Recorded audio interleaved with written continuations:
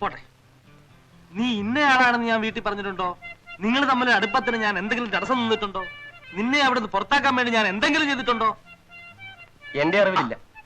ആട്ടെ, നിങ്ങൾ 3 പേരില് അവളുമായി കൂടുതൽ സംസാരിക്കാനും ഇടപഴകാനും കൂടുതൽ സൗകര്യമാർക്കാ? ഹിന്ദിക്കാരൻ. സ്വന്തം ആത്മസുഹൃത്തുക്കളെ പറ്റി കൊള്ളരുതായ്മകൾ പറഞ്ഞു കൊടുത്ത് ആ അമ്മയുടെയും മോടെയും മനസ്സു മാറ്റിയത് അവൻ ഒറ്റ ഒരുത്തനാ. അതെനിക്ക് നേരത്തെ മനസ്സിലായി. മിടുക്കൻ. പക്ഷേ എനിക്ക് അവനെ തിരിച്ച് വേല വെക്കാൻ അറിയാമായിട്ടല്ല, നമ്മുടെ റോഡ് വേലക്കാരനായി പോയി എന്നും പറഞ്ഞിരുന്നു. അവസാനം ആ ഹിന്ദിക്കാരൻ പെണ്ണും കൊണ്ട് പോവും. എന്റെ ശവത്തെ ചവിട്ടി അവൻ കല്യാണ പന്തലിലേക്ക്. എന്നാ നീ ചവിട്ടു കൊണ്ടത് തന്നെ. ഞാൻ ഒന്നാമത് മാനസികമായിട്ട് പറയുന്നത് കേക്ക്. വികാരമല്ല, വിവേകമാണ് ഇവിടെ ആവശ്യം. പിന്നെ ഞാൻ എന്തോ ഉണ്ടാക്കണമെന്നാ പറയുന്നത്. പൊളിക്കണം. എന്തോന്ന്? അവന്റെ ഹിന്ദി. അമ്മാവന്റെ പട്ടാളത്തിലായിരുന്നില്ല. അവൻ ഈ പറയുന്ന പോലെ വല്ല ഹിന്ദി അറിയാവോ? കോപ്പറിയാം ഹിന്ദി മോനെ, എന്നിട്ടും അവൻ പഠിപ്പിക്കുന്നു. അതല്ലേ എനിക്ക് മനസ്സിലാവാത്തത്. എന്റെ ബലമായ സംശയം അന്നന്നത്തേക്കുള്ള വക അവൻ എവിടുന്നോ ഒപ്പിച്ചോണ്ട് വരികയാണെന്നാണ്. അത് കണ്ടുപിടിക്കാമോ? പൊളിക്കുന്ന കാര്യം ഞാനേറ്റു. അതും കണ്ടുപിടിച്ചോണ്ട് ഞാൻ ഒരു വരവ് വരും. അതൊരു വരവായിരിക്കും. അന്നേരം ഞാൻ വർത്തമാനം പറഞ്ഞാണ്. ഇല്ല, ഏറ്റല്ലോ. ഏറ്റു. പിന്നെ മോനെ, അന്ന് ആ ക്യാമറ നടക്കുമ്പോ എന്റെ ഒരു ഫോട്ടോ എടുത്തല്ലോ നിങ്ങള്. അതും പറഞ്ഞ അവൻ എന്നെ ആ വീട്ടിലിട്ട് വരട്ടുന്നത്. ആ ഫോട്ടോ ആരുടെ ഇരിക്കുക?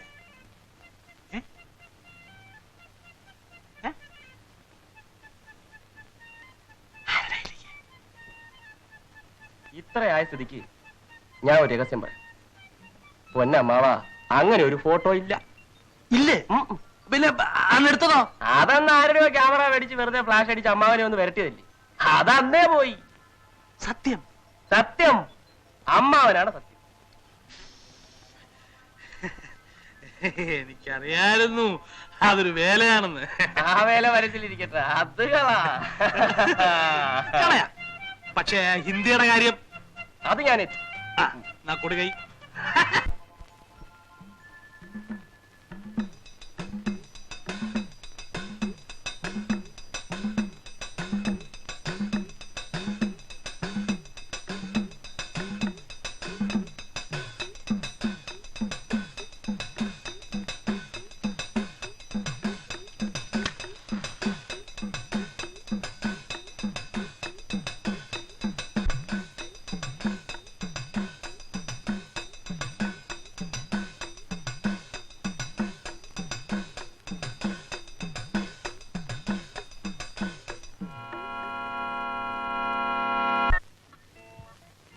ഹിന്ദി മാഷല്ലയോ?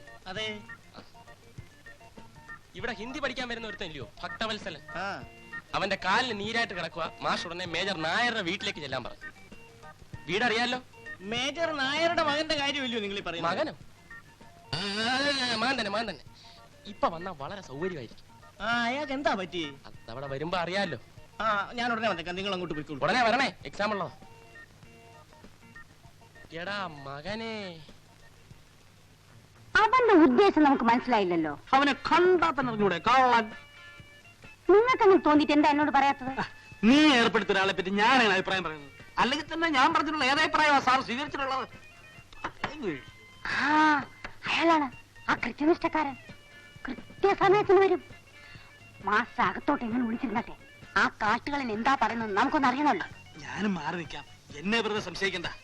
നിങ്ങൾ എന്തിനാ പേടിക്കുന്നത്? അവനൊരു ബെറ്റ് വെച്ചിട്ടുണ്ടോ? എന്തോന്ന് ബെറ്റ്? ഞാൻ അവനെ ആദ്യം കാണുന്നതാണ് ഇവിടെ വെച്ച.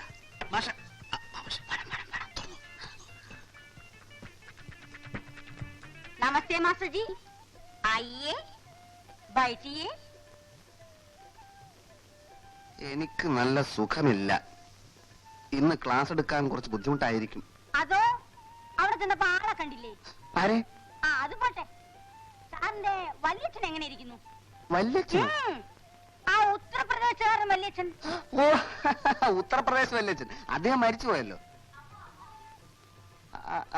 അമ്മാവൻ അമ്മാവൻ അദ്ദേഹത്തെ കണ്ടിട്ട് ഒത്തിരി നാളായി. സാറിന്റെ വീട്ടിൽ ആർക്കോ സ്മോൾ പോക്സ് ആണെന്നോ ചാവാൻ കിടക്കുന്നെന്നോ? സ്മോൾ പോക്സ് ഇല്ല. സത്യം പറ, താൻ ആരാ? എന്തുദ്ദേശിച്ച ഈ വേഷം കെട്ടിവിടെ വന്നത്? മേഡം, എന്ത് പറ്റി? ചോദിച്ചതിന് മറുപടി പറഞ്ഞില്ലേ ഇപ്പൊ ഞാൻ പോലീസ് പിടിച്ചു കൊടുക്കും. മാഡം അതിന് ഞാനിവിടെ മോഷ്ടിക്കാൻ വന്നതല്ലല്ലോ. ഇവിടെ പഠിപ്പിക്കാൻ വന്ന മാസിനെ വിളിച്ചോണ്ട് പോയി നീ പഠിച്ചിട്ട് അത് ഇവിടെ വന്ന് ശ്രദ്ധിക്കേണ്ട കാര്യം എന്തെന്നാ ഞാൻ ചോദിക്കുന്നത്. ആര് പറഞ്ഞു?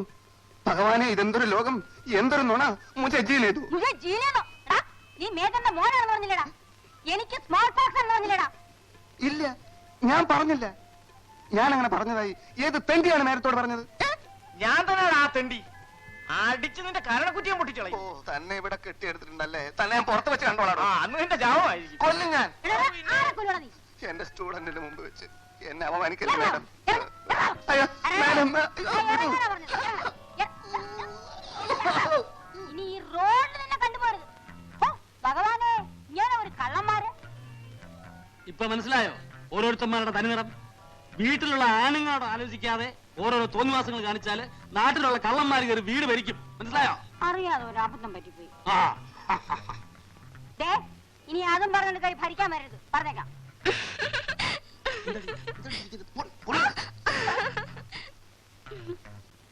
ആരെയെങ്കിലും അവള് പ്രേമിച്ചാ മതിയല്ലോ.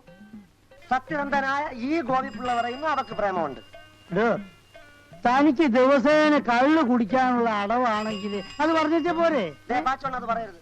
ഏത്? നീ പറഞ്ഞത് എന്ത്? ഞാൻ സത്യസന്ധമാ അന്വേഷിച്ച ശേഷമാ പറഞ്ഞത് അവക്ക് പ്രേമമുണ്ട്. ആ ദരിദ്രവാസി പരസ്യമായി എന്നെ നടുറോട്ടിൽ വെച്ച് തല്ലി. അവന്റെ ഒരു വശത്തെ മീശ എടുക്കുക എന്നുള്ളത് എന്റെ ഒരു ആവശ്യമാണ്. അങ്ങനെ ഇരിക്കുമ്പോ ഞാൻ കളവ് പറയുമ്പോ എന്റെ പൊന്നണ്ണ. അണ്ണ, അണ്ണന്റെ ജീവിതത്തിൽ കള്ളല്ലാതെ വേറെ എന്തും പറഞ്ഞിട്ടുണ്ട് എന്റെ അണ്ണ. അണ്ണ കണ്ണണ്ണ അതെ അതെ, ആ. ആരുമായിട്ട് അവൾക്ക് പ്രേമം? ഒരു കാളെ വലവലാതിയായിട്ട്. ആ മേജർക്ക് അത് മതി. ആളെ ഞാൻ കാണിച്ചു തരാം. അവനെ കൊണ്ട് എത്രയും പെട്ടെന്ന് അവളെ കല്യാണം കഴിപ്പിക്കാനുള്ള ഏർപ്പാട് ചെയ്താൽ മതി. അല്ല, നമുക്ക് അല്പം കൂടി മദ്യപിച്ചാലോ? ആ, ഒന്നുമില്ല, ഇപ്പൊ കുടിച്ചോടത്തോളം മതി. കാര്യം സക്സസ് ആവുകയാണെങ്കിൽ തനിക്ക് കള്ള് ഷാപ്പിൽ ഒരു ജോലി ഞാൻ വാങ്ങിച്ചു. സ്വാമിയേ, എനിക്കത് മതിയേ. ജോലിയോ? അല്ല, കള്ള് ഷാപ്പ് വാങ്ങിച്ചാ ഒന്ന് മാറുക. നിനക്കൊരു വിചാരമുണ്ട് നീ വലിയൊരു സുന്ദരനാണെന്ന്. എന്താ അല്ലേ? പിന്നെ എടാ, പുരുഷന്റെ സൗന്ദര്യം എന്ന് പറയുന്നത് അവന്റെ പെരുമാറ്റത്തിലുള്ള ഡീസൻസിയാണ്. അങ്ങനെയുള്ളവരെ മാത്രമേ പെൺകുട്ടികൾ ഇഷ്ടപ്പെടൂ. നിനക്കതില്ല. എന്നെ അവൾക്ക് ഇഷ്ടമായിരുന്നു. എന്താ ഡീസൻസി?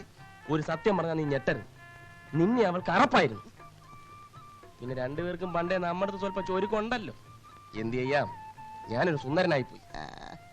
അവൾ വീണു വീണില്ല എന്ന പരുവത്തിയായിരുന്നു. രണ്ടുകൂടെ ചേർന്ന് നമുക്കിട്ട് പാര വെച്ച് കളഞ്ഞു. എന്നെ അങ്ങ് വിട്ടേരെ.